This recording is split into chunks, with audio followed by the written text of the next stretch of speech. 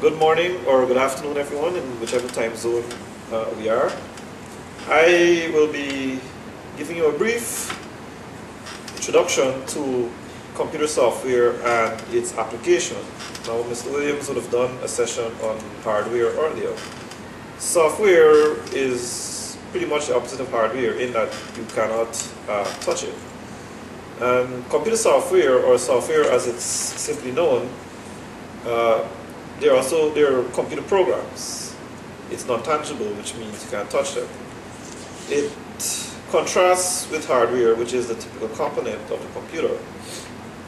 Now, hardware and software, they require each other, and neither can be realistically used without the other. In other words, hardware would not function without the software, and software cannot run without the hardware. Now, it includes all computer programs regardless of their architecture. For example, executable files, libraries, and scripts are computer software. Now, software consists of clearly defined instructions that, upon execution, instructs hardware to perform the task for which it is designed. Now, software is stored in memory and cannot be touched, just like a 3D model shown in an illustration cannot be touched. In other words, it's all virtual, you cannot touch anything.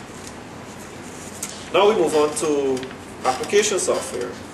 Now, application software is the computer software that causes the computer to perform useful tasks beyond the running of the computer itself. A specific instance of such software is called a software application. Application program, application, or app. Now, most software these days, we term them as apps. We don't really use the word software on a general basis. Now, the term is used to contrast such software with system software, which manages and integrates a computer's capabilities, but does not directly perform tasks that benefit the user.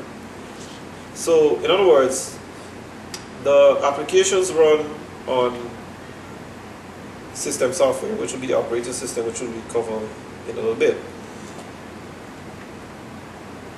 Now, some examples of application software could include accounting, enterprise, graphics software, media players, and office suites. Office suites being like Microsoft Office suite that we use, which includes Word, Excel, Access, and so on. And media players like VLC, Windows Media Player, and so on. Now, many application programs deal principally with documents. Applications may be bundled with the computer. For example, Windows Media Player, for instance, and Internet Explorer are two applications that come built in with Microsoft Windows. Or they may be published separately. For example, Microsoft Office, which you can either download a copy and pay for it, or you can buy it directly from the store and install it on your computer.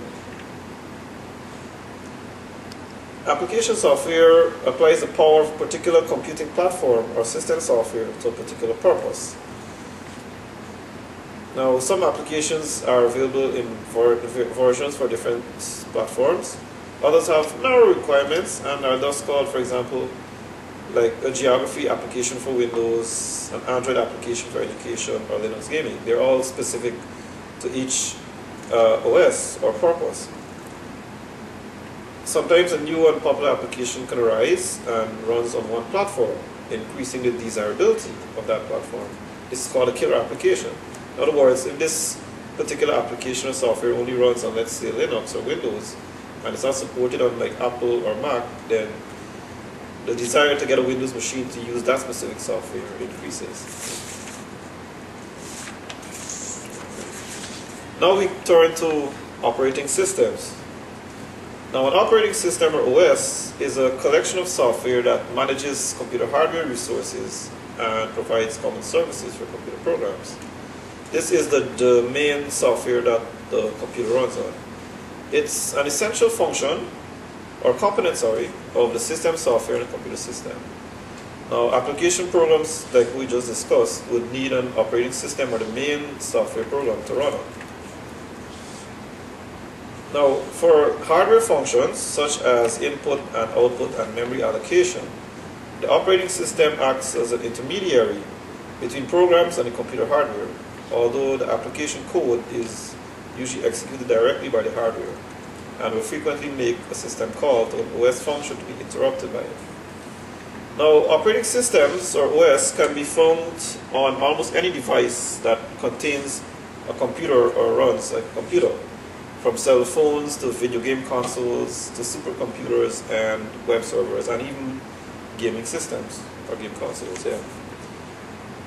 Examples of popular modern operating systems would include Android, which is powered by Google, that's run on like Samsung Galaxy phones and Motorola phones and so on. BSD, iOS, which is Apple, Linux, which is open source, OS X, which is also Apple, which runs on computers and laptops, Microsoft Windows, which I think is probably universally famous worldwide, Windows Phone, and IBM. All these except Windows, Windows Phone, and ZOS share roots in Linux.